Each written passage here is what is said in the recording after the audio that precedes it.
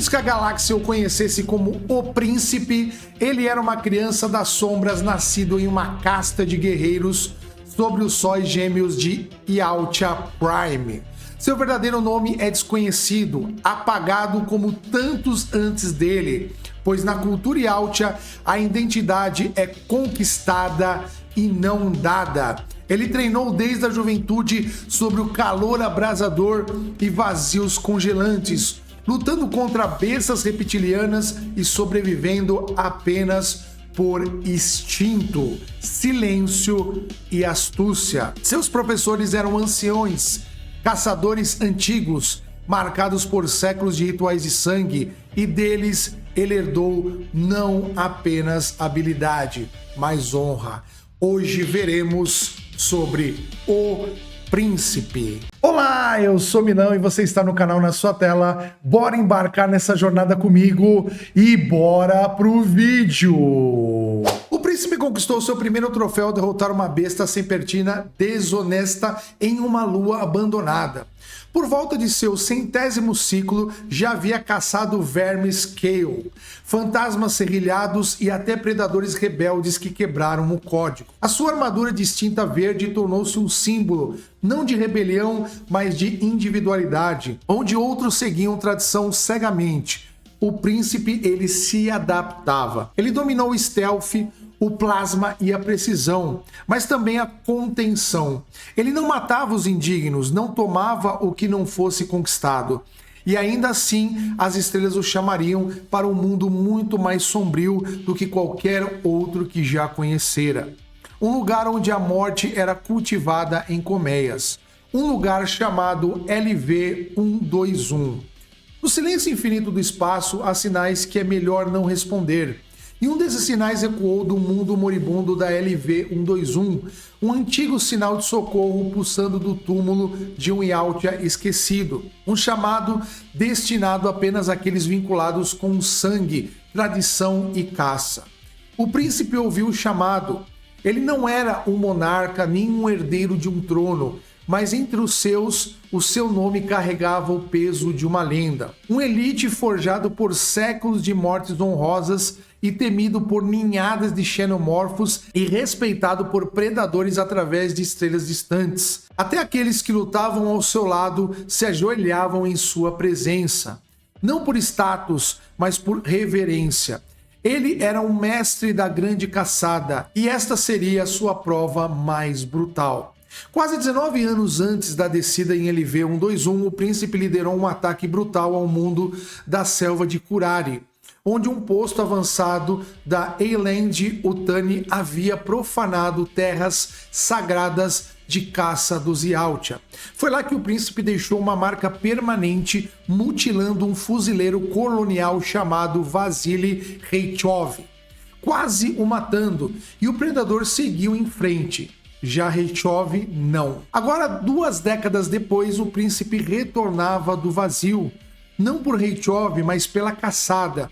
Ele e seu clã chegavam sobre a LV-121, atraídos pelo chamado do farol de um predador ancestral. Mas a caçada azedou rapidamente. A Eland Utani tinha olhos no céu. Reichov, agora general, reconheceu a nave de guerra que um dia o caçou. Ordenou ataques de EMP que capturaram 2 dos irmãos do príncipe. E o príncipe desceu sozinho para resgatá-los e purgar a desonra infligida ao seu clã. As selvas de LV-121 fervilhavam de xenomorfos, mas eles nunca tinham enfrentado alguém como o príncipe. Ele batalhou através do vale enfrentando um pretoriano imenso e blindado. Caiu esmagado sob a lâmina e a plasma do príncipe, rastreando o sinal de seus companheiros capturados. Ele infiltrou os módulos de observação, massacrando guardas corporativos e sintéticos com precisão brutal. Mas a arrogância também é um predador, porque ao entrar em uma armadilha de MP, o príncipe foi imobilizado. Um troféu vivo, despojado de suas armas e a sua biomáscara tomada por Reichov como prêmio. O príncipe foi enjaulado e ainda assim o destino não permitiria que ele fosse quebrado. Em outro ponto da base, um xenomorfo drone rebelde, nascido da própria arrogância da Eyland Yutani, massacrou os cientistas antes que pudesse iniciar experimentos no predador. No caos, um humano, o cabo Harrison, sem saber que o libertava, abriu a cela do príncipe. O guerreiro se ergueu em silêncio e a caça recomeçou. Ele recuperou todas as suas armas, a máscara do seu irmão caído e a sua fúria honrada. Em um laboratório arruinado, ele acabou encontrando o corpo de um dos seus completamente mutilado.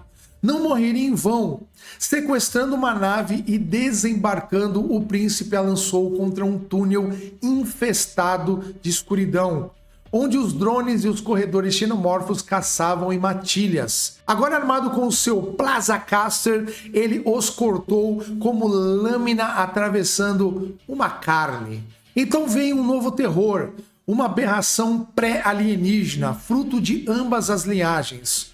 O príncipe foi e enfrentou a fera, apenas para ser emboscado por uma segunda. Mesmo em desvantagem numérica, ele permaneceu inabalável. Quando os gritos cessaram, só ele restava. Usando uma tecnologia humana, transmitiu um sinal para sua nave de guerra. E xenomorfos avançaram em enxame, incluindo um segundo pretoriano junto com eles. Mas o príncipe se manteve em posição.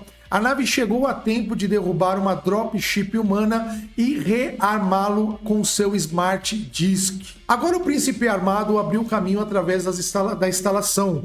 Uma guerra entre humanos, sintéticos e xenomorfos explodindo ao seu redor. Outro predador já estava ali dentro morto, mas deixou para trás um presente, uma pistola de plasma. Com ela, o príncipe entrou na colmeia e os ovos começaram a se abrir. Facehuggers se lançavam aos montes. Drones emergiam da gosma, mas o príncipe não recuou. No coração da colmeia, ela o aguardava, a rainha. Seu grito sacudiu as paredes, mas o príncipe avançou. Mas a caçada não havia terminado. A sua verdadeira presa, o velho humano marcado por cicatrizes que um dia escapou da morte, ainda respirava em uma câmara selada. Reshov o aguardava, em um exoesqueleto alimentado por anos de ódio e força artificial. Mas o ódio não é páreo para a honra, e os dois colidiram, plasma contra canhão, instinto contra máquina. E por fim, a armadura de Reshov falhou, e o príncipe arrancou a sua espinha como um belo troféu. Ele recuperou a sua biomassa, a sua honra foi restaurada e a bordo daquela nave o príncipe se reuniu aos seus irmãos. Mas não havia descanso na escuridão. Um novo sinal pulsava da USS Verilok, outra caçada, mais um teste. E assim o príncipe voltou seus olhos mais uma vez para as estrelas, para o próximo mundo, a próxima batalha e a próxima honra. Pois para os Yautja a caçada nunca termina.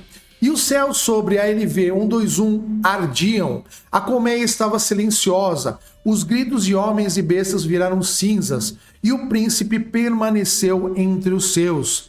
A sua biomáscara restaurada, a sua honra reivindicada e a espinha de Vasily Reshov foi apresentada diante do seu clã.